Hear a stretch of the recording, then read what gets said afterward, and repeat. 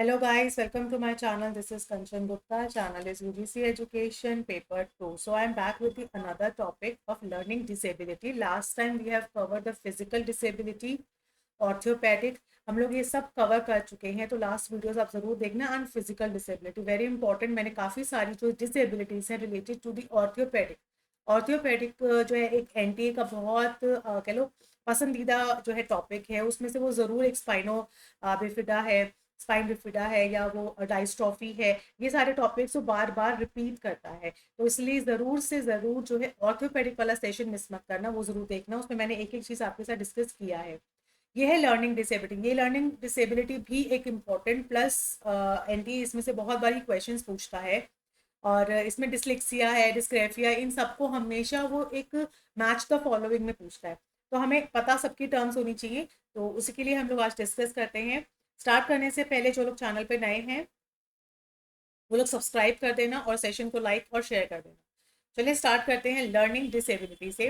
अब लर्निंग, एक सेकेंड, हाँ, लर्निंग डिसेबिलिटी होता क्या है. देखो, नंबर ऑफ डिसऑर्डर्स जो है विच रियली अफेक्ट करते हैं हमारी ऑर्गेनाइजेशन एबिलिटीज को, कि चीज़ों को कैसे ऑर्गेनाइज करना है, चीज़ों को कैसे रिटेंशन करना है, कैसे चीज़ों को अंडरस्टैंड करना है, कैसे वर्बल नॉन वर्बल जो इन्फॉर्मेशन है उसे यूज़ करना है.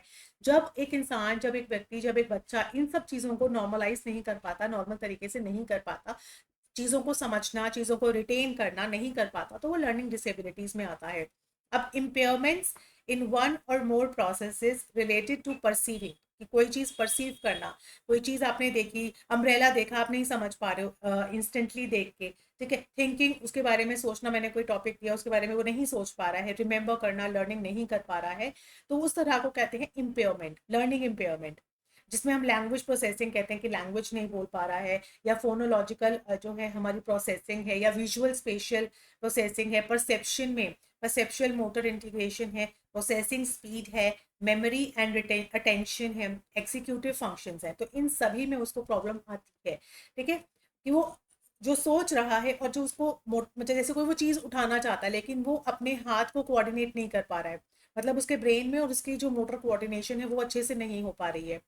Now may interfere with one और मोर ऑफ द फॉलोइंग. जैसे ओरल लैंग्वेज होती है, ठीक है, जिसमें वो लिसनिंग, स्पीकिंग या अंडरस्टैंडिंग नहीं कर पाता है. रीडिंग पे प्रॉब्लम आती है, जिसमें वो मैसेज को डी कोड नहीं कर पा रहा है, फोनेटिक नहीं कर पा रहा है, सेंटेंस का फॉर्मेशन नहीं कर पा रहा है, वर्ड को समझ नहीं पा रहा है, कॉम्प्रीहेंशन नहीं कर पा रहा है. अगर मैंने उसको बोला डिस्क्राइब दिस अम्ब्रेला, तो वो इसको कॉम्प्रीहेंड नहीं कर पाएगा कि it is use in A rainy days, और ये ऐसे यूज़ करते हैं, ऐसे ओपन करते हैं, वो नहीं कर पाएगा, कॉम्प्रीहेंड अपनी बात को नहीं समझा पाएगा.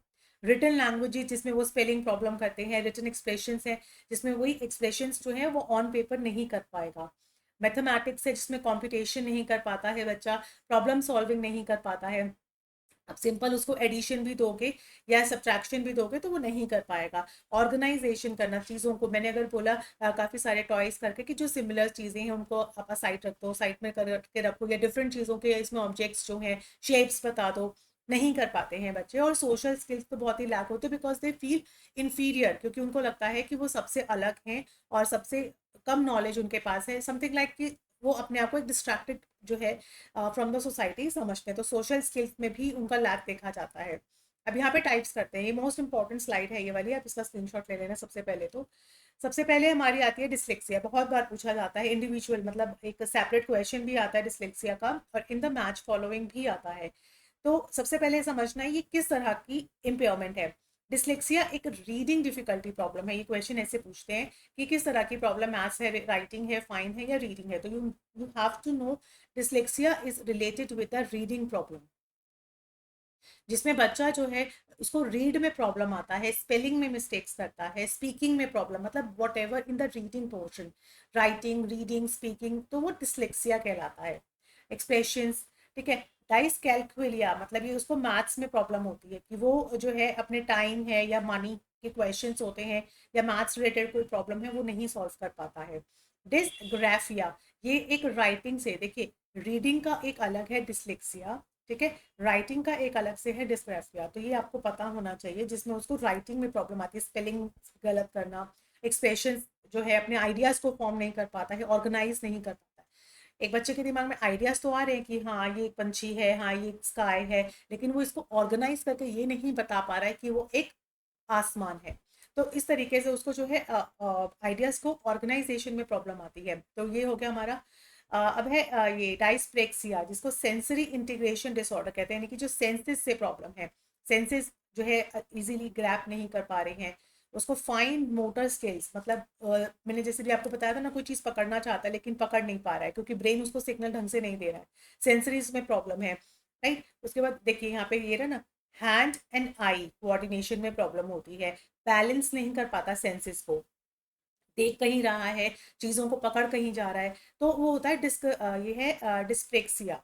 उसके बाद आता है डाइसफेजिया या अफेजिया, जिसमें उसको लैंग्वेज में प्रॉब्लम होती है, फ्रेजेस में प्रॉब्लम होती है, जिसमें उसकी जो लैंग्वेज है, स्पोकन लैंग्वेज है, वो बहुत पुअर होती है, प्लस उसका रीडिंग कॉम्प्रिहेंशन यहाँ पे गलत हो जाता है, समझ नहीं पाता है, लैंग्वेज नहीं समझ पाता है।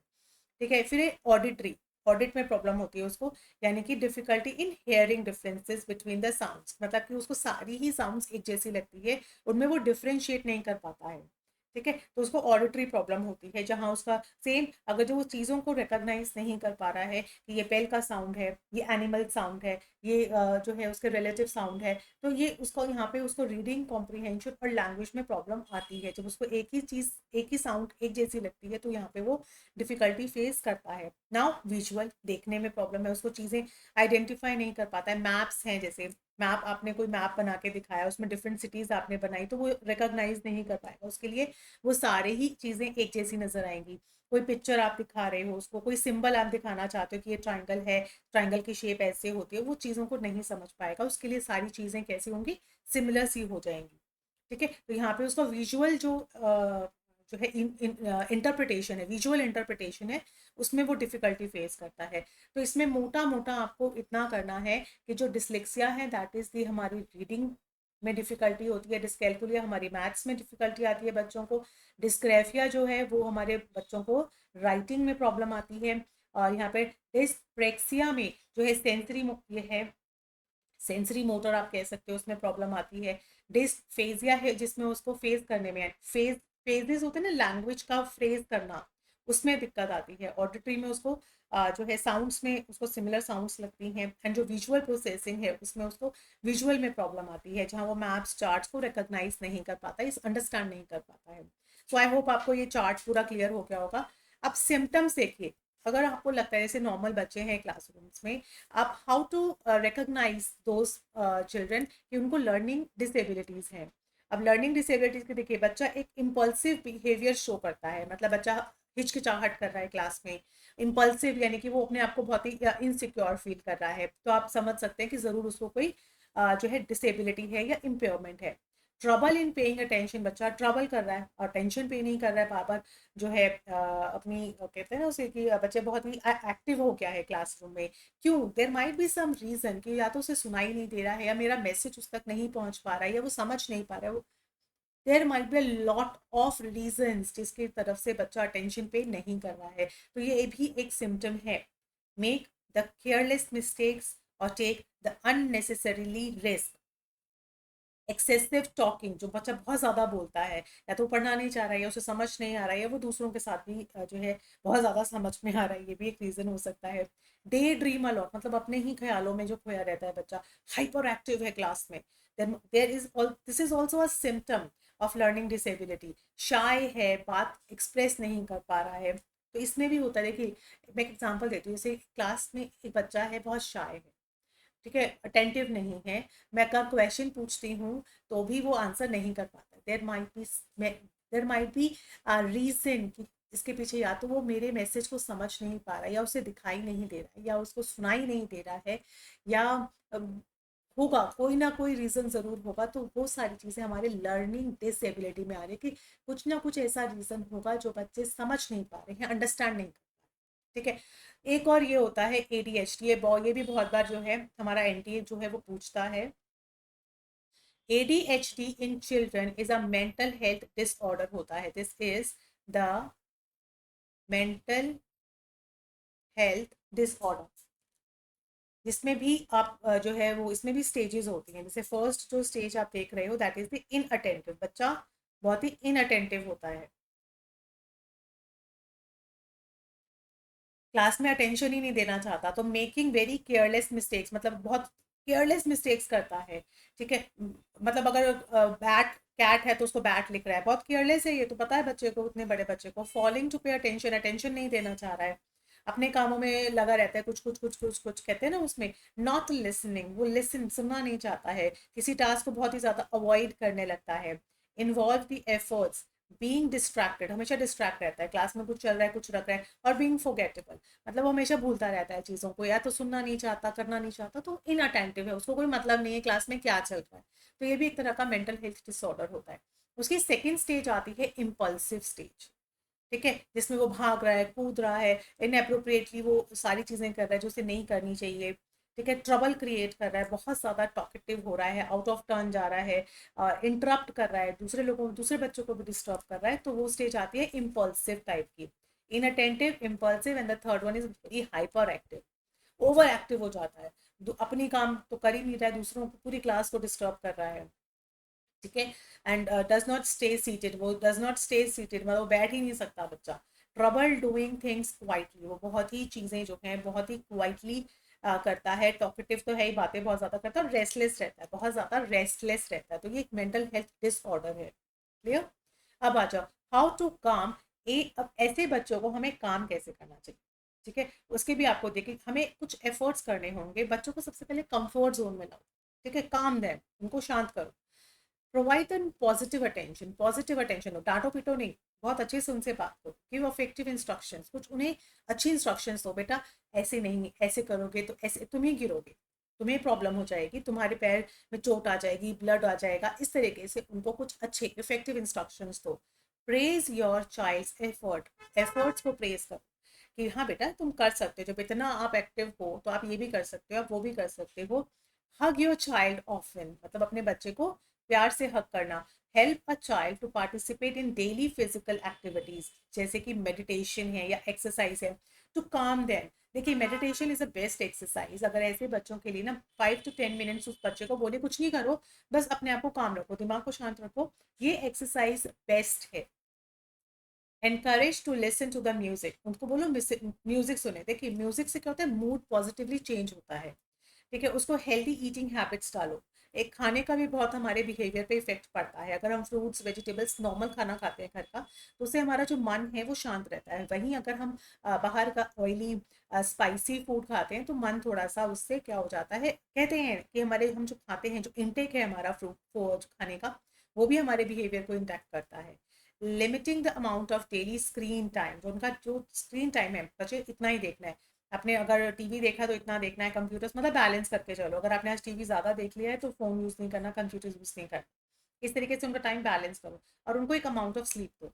ठीक है, कि उनकी जो बेस्ट अमाउंट ऑफ स्लीप है। नेक्स्ट जो हमारा इसमें आता है डिसेबिलिटीज़ में, वो आता है डिसरप्टिव बिहेवियरल चैलेंजेस। अब ये क्या चीज़ है, ये भी, इसमें भी क्वेश्चन आया हुआ है एमपी में, तभी मैंने ये टॉपिक जो है इस वाले में डाला था। ठीक है, यस।